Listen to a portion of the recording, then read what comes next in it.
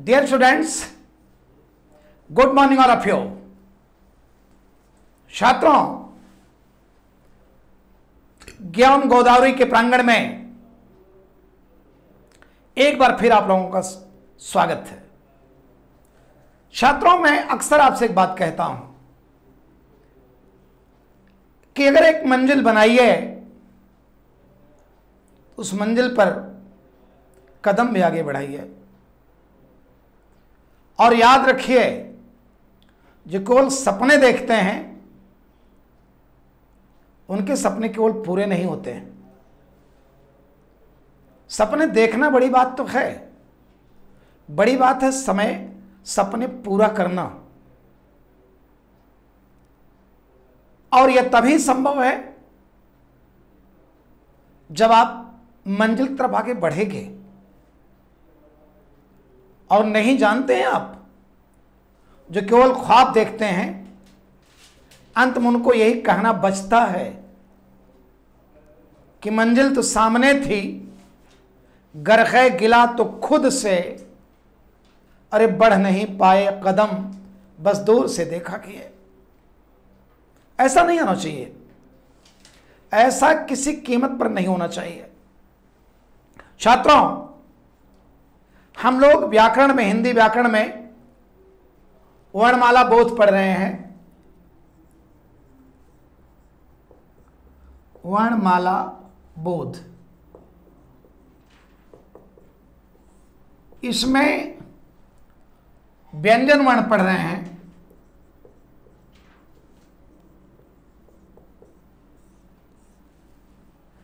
और व्यंजन वर्ण में व्यंजन वर्णों का व्याख्यात्मक रूप पढ़ रहे हैं, जिसमें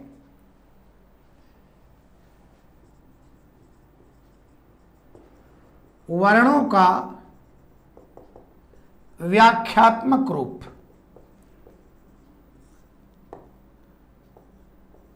मैंने सारणी रूप तो आपको पढ़ा ही दिया है, जिसमें स्पर्श व्यंजन पढ़ चुके हैं। दूसरा है अंतस्थ व्यंजन।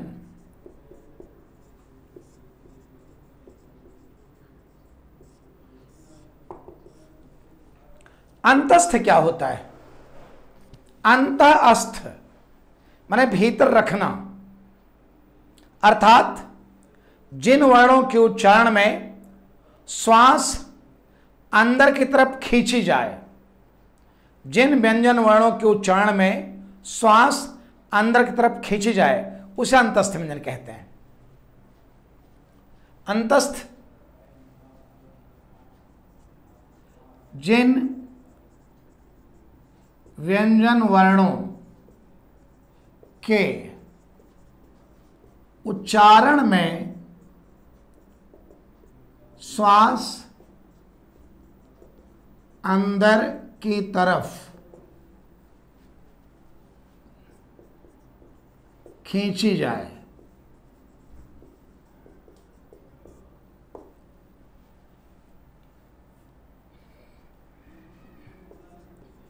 इनकी संख्या 4 है। य र ल व, य र ल व। क्लियर? नोट लिख लीजिए।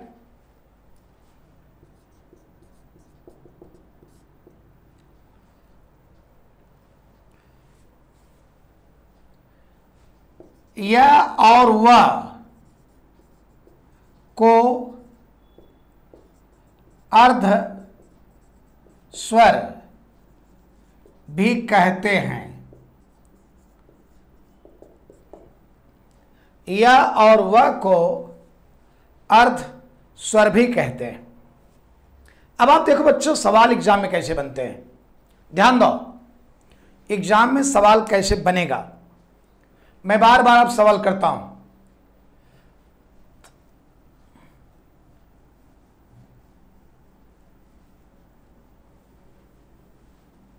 जैसे आ गया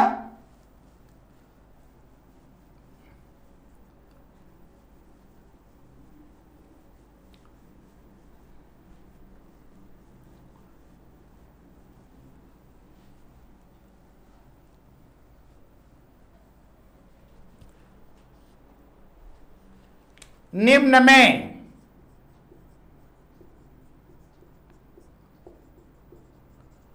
अर्ध स्वर है ए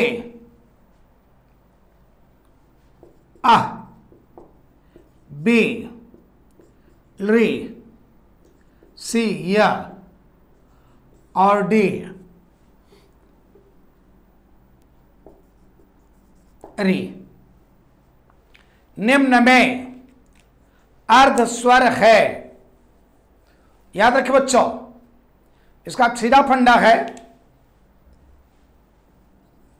या। फिर प्रश्न नंबर 2, दूसरा सवाल। प्रश्न, हिंदी में कुल कितने अर्धस्वर हैं? ए 2, बी 3, सी 4, डी 5। हिंदी में कुल कितने अर्धस्वर हैं? उत्तर है ए 2। बच्चों सवाल ऐसे बनते हैं, क्लियर? आपको इस बात पर ध्यान रखना पड़ेगा। आगे आ जाओ।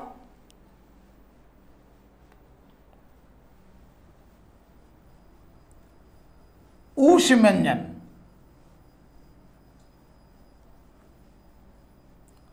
ऊष्म व्यंजन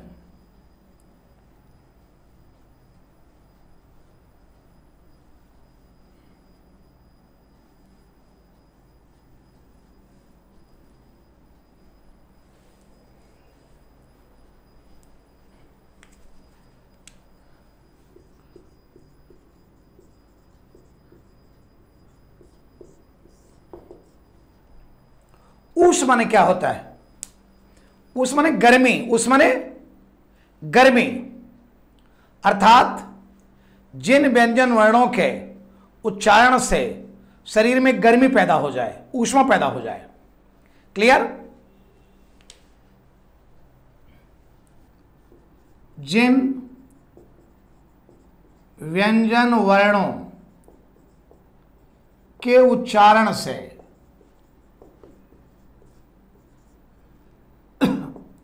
शरीर में ऊष्मा या ऊर्जा पैदा हो जाए, उसे ऊष्म व्यंजन कहते हैं।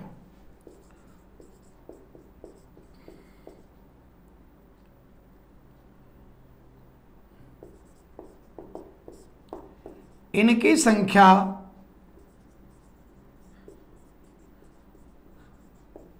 4 है। श श श श है। क्लियर? नोट लिख लो।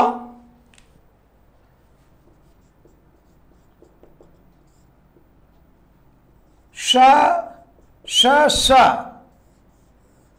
को संघर्षी वर्ण भी कहते हैं।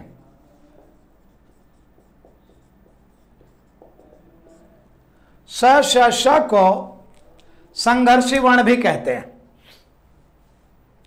क्योंकि इनको बोलने में संघर्ष करना पड़ता है। जैसे पहला श, जीभ को तरवस छुआना पड़ेगा, श। दूसरा श, ये यहां बोला जाता है श। तीसरा स, दांत से बोलते हैं, सरौता स, सीमा, संतरा। खैर, सवाल कैसे बनता है इसको ध्यान दो। सवाल फिर कर रहा हूं।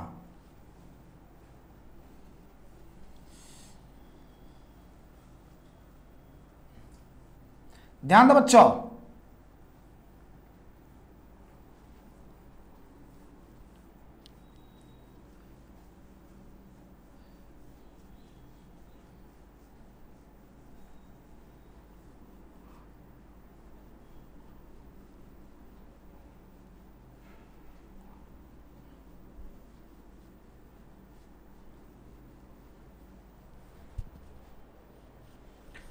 प्रश्न कर रहा हूं, हिंदी में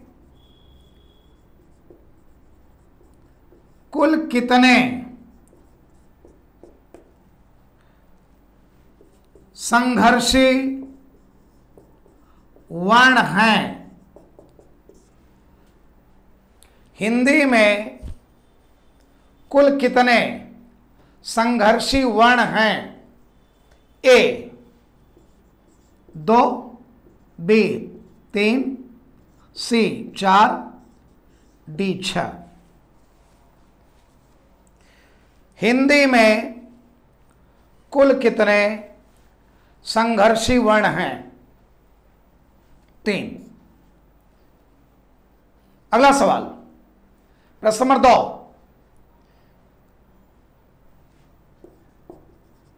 प्रश्न 1, प्रश्न नंबर 2,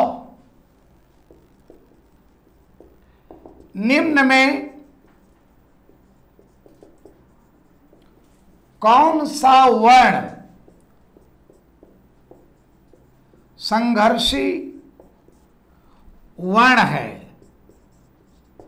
ए च, बी श, सी त्र और डी ज्ञ। निम्न में, याद रखो, निम्न में कौन सा वर्ण संघर्षी वर्ण है? उसका उत्तर है बी श। बच्चों, सवाल ऐसे बनते हैं, थोड़ा आपको ध्यान रखना पड़ेगा, इससे मैं बार बार आप सवाल करता हूं। आगे लिखो,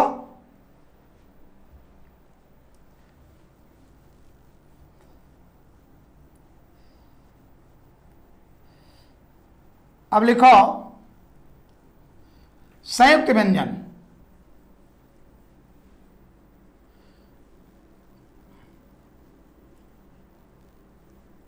संयुक्त व्यंजन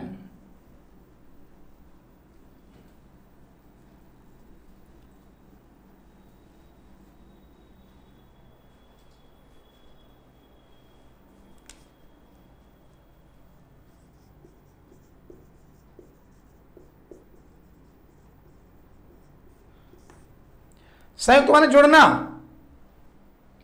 अर्थात जो व्यंजन वर्ण दो व्यंजन वर्णों से मिलकर बनते हैं संयुक्त व्यंजन है। याद रखो, जो व्यंजन वर्ण दो व्यंजन वर्णों से मिलकर बनते हैं,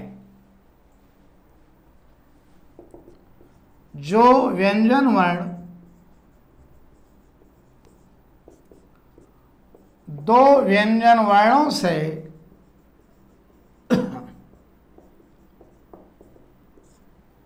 मिलकर बनते हैं,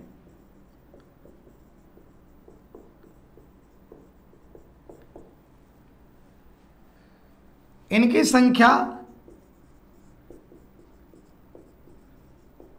4 है। छ, त्र, ज्ञ और स।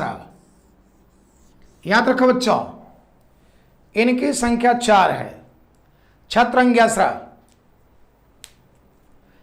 अब आपको मैं लिखा दूं कौन किससे मिलकर बनता है, थोड़ा ध्यान रखना, तब सवाल करेंगे।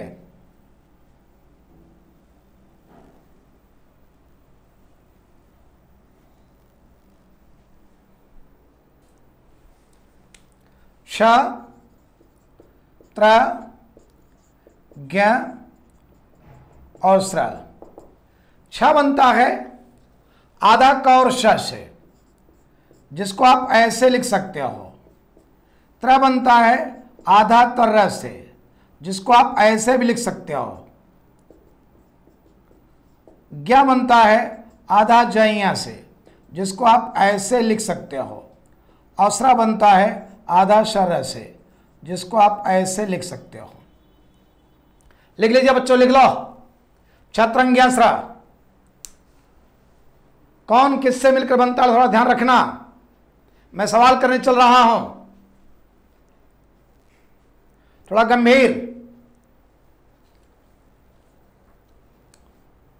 अब सवाल कर रहा हूं, ध्यान दो।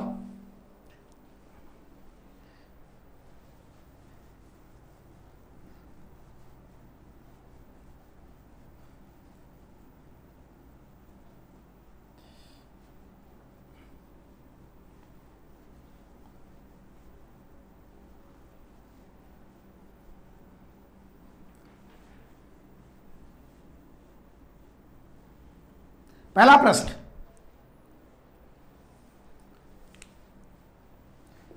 श वर्ण किस वर्ण के बाद आता है? ए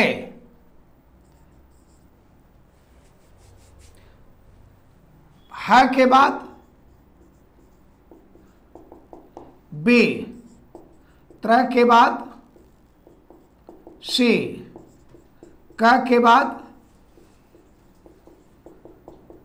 और डी च के बाद। सवाल,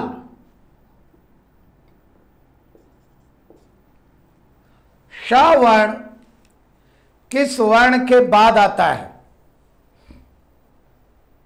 इसका सही उत्तर है क के बाद।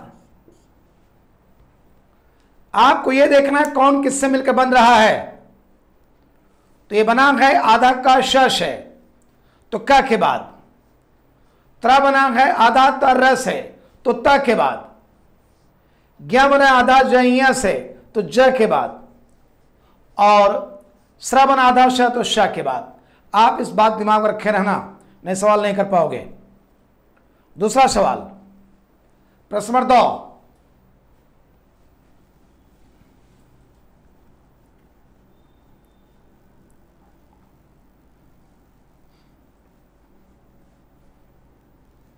प्रश्न नंबर 2,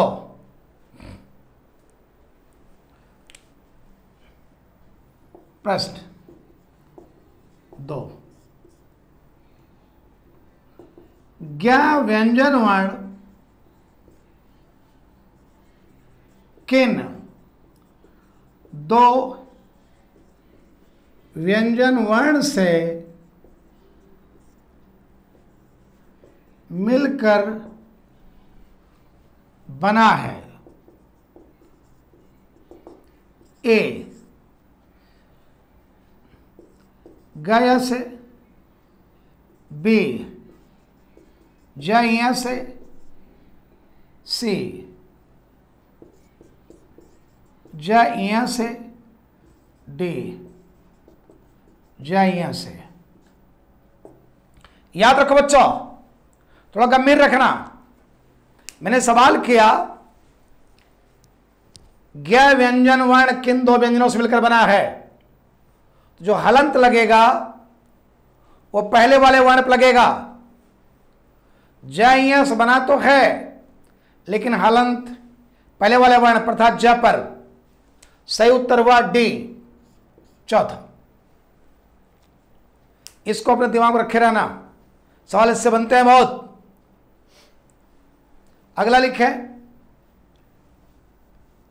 प्रश्न, अगला लिखो,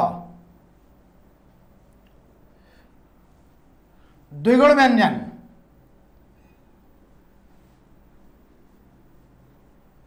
द्विगुण व्यंजन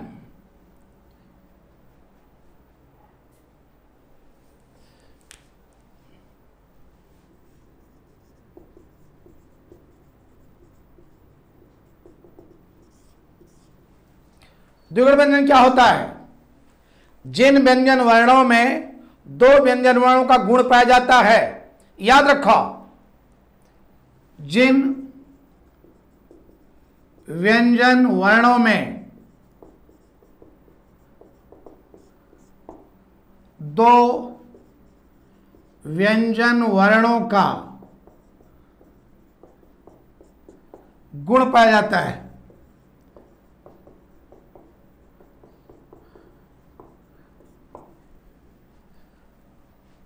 इनकी संख्या 2 है।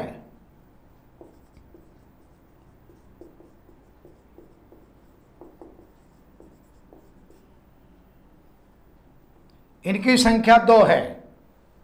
अड़ा अड़ा, देख लो बेटा, इसकी संख्या 2 है। नोट लिख लो, नोट लिखे,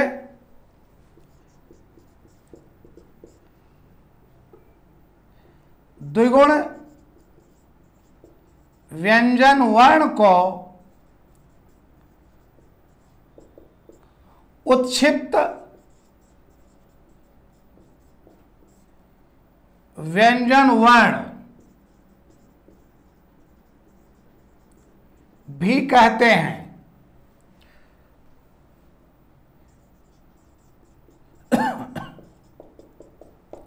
इसका दूसरा नाम है उच्छित व्यंजन। इसके दो नाम है, दिमाग रखे रहना, इसके दो नाम हैं। ईसत स्पृष्ट व्यंजन भी इसको कहते हैं, इसके कई नाम हैं। अगला लिखे वैदिक व्यंजन।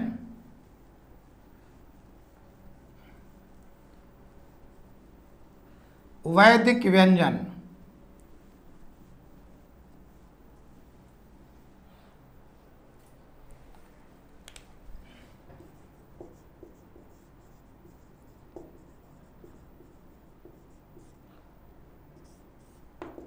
याद रखो,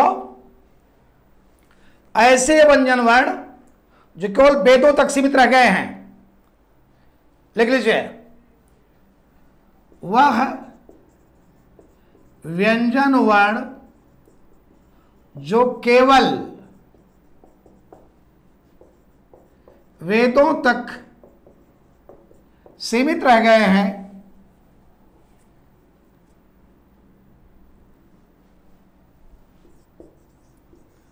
सीमित रह गए हैं, हिंदी में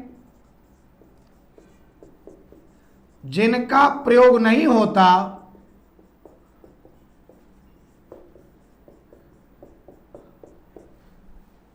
उसे वैदिक व्यंजन कहते हैं।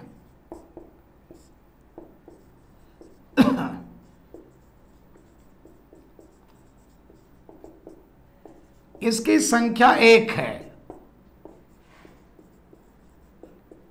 1 है, लिख लो, बना लीजिए, इसकी संख्या 1 है। नोट लिखे,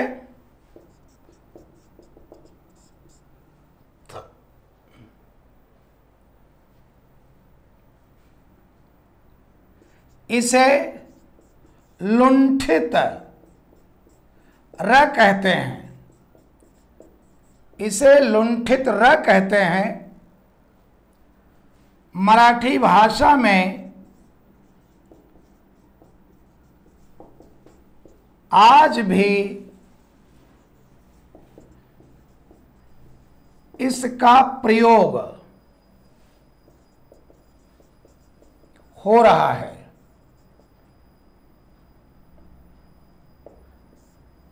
हो रहा है। याद रखो, इसे लुंठित र कहते हैं। मराठी भाषा में आज भी इसका प्रयोग हो रहा है। क्लियर? एक नोट और लिख लो, अगला नोट,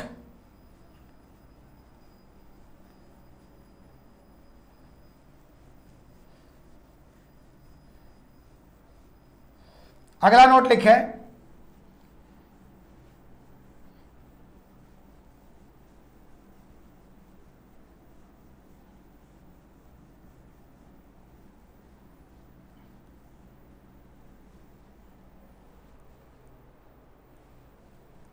नोट नंबर 2, हिंदी में फारसी भाषा के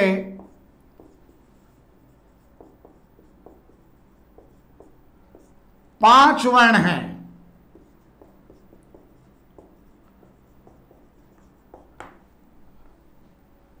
क, ख, ग,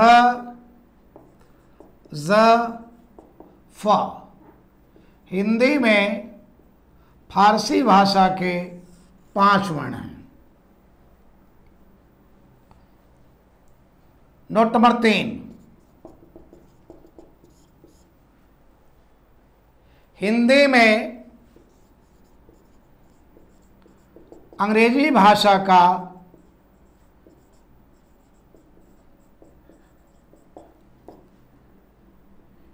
एक वर्ण है।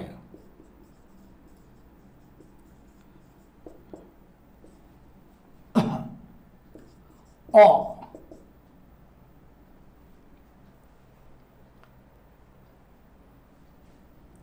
आप इसको ऐसे लिख सकते हैं, औ और ब्रैकेट में औ।